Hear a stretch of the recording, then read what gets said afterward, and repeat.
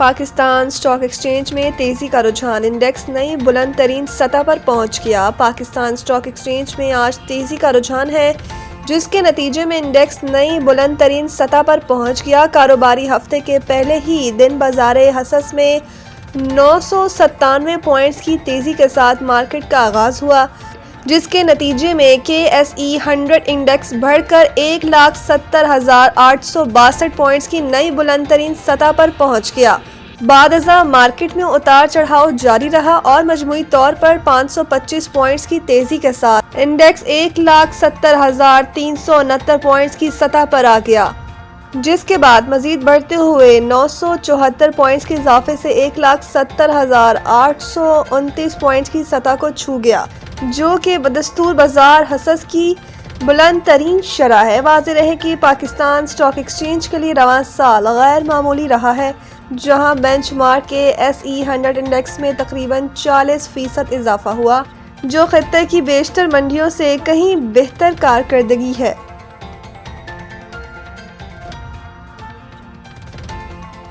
Sydney حملہ دہشت گردی قرار، فائرنگ کرنے والے باپ بیٹا نکلے، مزید کسی حملہ آور کی تلاش ختم کر دی گئی۔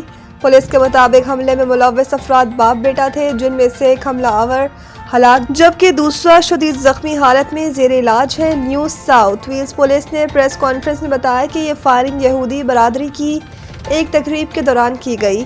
ہلاک ہونے والے حملہ آور کی شناخت 50 سالہ ساجد اکرم اور زخمی حملہ آور کی شناخت 24 سالہ نوید اکرم کے طور پر ہوئی ہے۔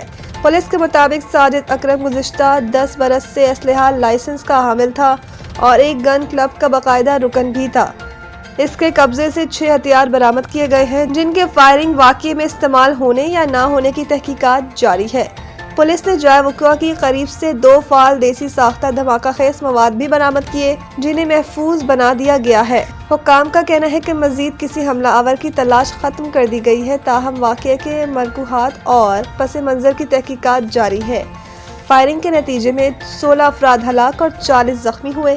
پولیس کی جوابی کارروائی میں ایک حملہ آور موقع پر ہلاک ہو گیا، جبکہ دوسرا شدید زخمی حالت میں گرفتار کر لیا گیا۔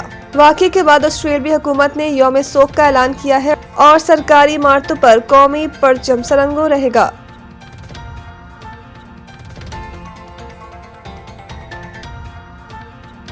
پاک بحریہ کا فضا تک مار کرنے والا میزائل کے فائر پاور کا شاندار مظاہرہ۔ پاک فوج کے شعبہ تعلقات عامہ ISPR کے مطابق پاک بحریہ نے شمالی بحیرہ عرب میں FM-19NER سطح آب سے فضا تک مار کرنے والے میزائل کی کامیاب لائیو فائرنگ کے ذریعے اپنی جنگی صلاحیت اور آپریشنل تیاری کا مظاہرہ کیا۔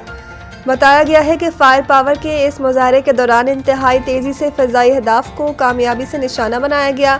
لائیو میزائل فائرنگ کا کامیاب مظاہرہ پاک بحریہ کی آپریشنل صلاحیت اور حربی تیاری کا منہ بولتا ثبوت ہے۔ ترجمان کے مطابق commander Pakistan fleet rear admiral Abdul Munib نے فائر پاور ڈسپلے کا مشاہدہ کیا اور پاک بحریہ کی آپریشنل تیاری پر اطمینان کا اظہار کیا۔ کمانڈر پاکستان فلیٹ نے فائرنگ میں حصہ لینے والے افسران اور جوانوں کی پیشہ ورانہ مہارت، عزم اور لگن کو سراہتے ہوئے کہا کہ پاک بحریہ ہر صورت ملکی سمندری دفاع اور قومی بحری مفادات کے تحفظ کے لیے پرعزم ہے۔ فلیٹ کمانڈر نے اس عزم کا اعادہ کیا کہ پاک بحریہ کسی بھی چیلنج سے نمٹنے کے لیے ہمہ وقت تیار ہے۔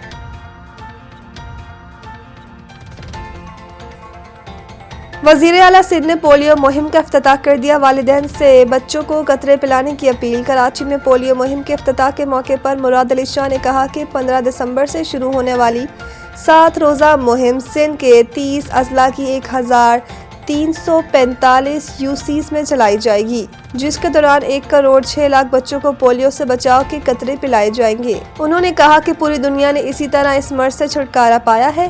یہ شرمندگی کا باعث ہے کہ دنیا میں سے پاکستان اور افغانستان میں پولیو ہے۔ اس کا صرف ایک علاج ہے کہ ہم پولیو سے بچاؤ کے قطرے پلائیں۔ دیگر مسلم ممالک اسلامی نے بھی بچوں کو پولیو کے قطرے پلا کر یہ مرض ختم کیا۔ وزیر اعلیٰ سندھ کا کہنا تھا کہ پچھلے سال بھی 30 بچوں میں پولیو وائرس کی تصدیق ہوئی، جن میں سے 9 کا تعلق سندھ سے تھا۔ یہ مرض کم ہو گیا تھا مگر کچھ سالوں سے دوبارہ بڑھا ہے۔ انہوں نے مزید کہا کہ اس مہم میں 80,000 سے زائد فرنٹ لائن ورکرز حصہ لیں گے، جن کی حفاظت کے لیے 21,000 اہلکار تعینات ہوں گے۔ والدین سے عوام سے اپیل ہے کہ وہ بچوں کو پولیو کے قطرے ضرور پلائیں۔ شدید دھند سے حد نگاہ کم، موٹر وے کو مختلف مقامات سے بند کر دیا گیا۔ ملک کے مختلف شہروں میں دھند کے باعث حد نگاہ کم ہونے سے موٹر وے کو متعدد مقامات سے بند کر دیا گیا۔ موٹر وے M3 فیض پور سے درخانہ تک، جبکہ موٹر وے M4 کو پنڈی بھٹیا سے عبدالحکیم تک بند کر دیا گیا۔ موٹر وے M5 شیر شاہ سے ظاہر پیر تک بند کی گئی۔ قومی شاہراہوں پر بھی حد نگاہ انتہائی کم ہونے کے باعث ٹریفک کی روانی شدید متاثر ہے۔ ترجمان موٹر وے پولیس نے شہریوں کو فوگ لائٹس استعمال کرنے اور غیر ضروری سفر سے گریز کرنے کی ہدایت کی ہے۔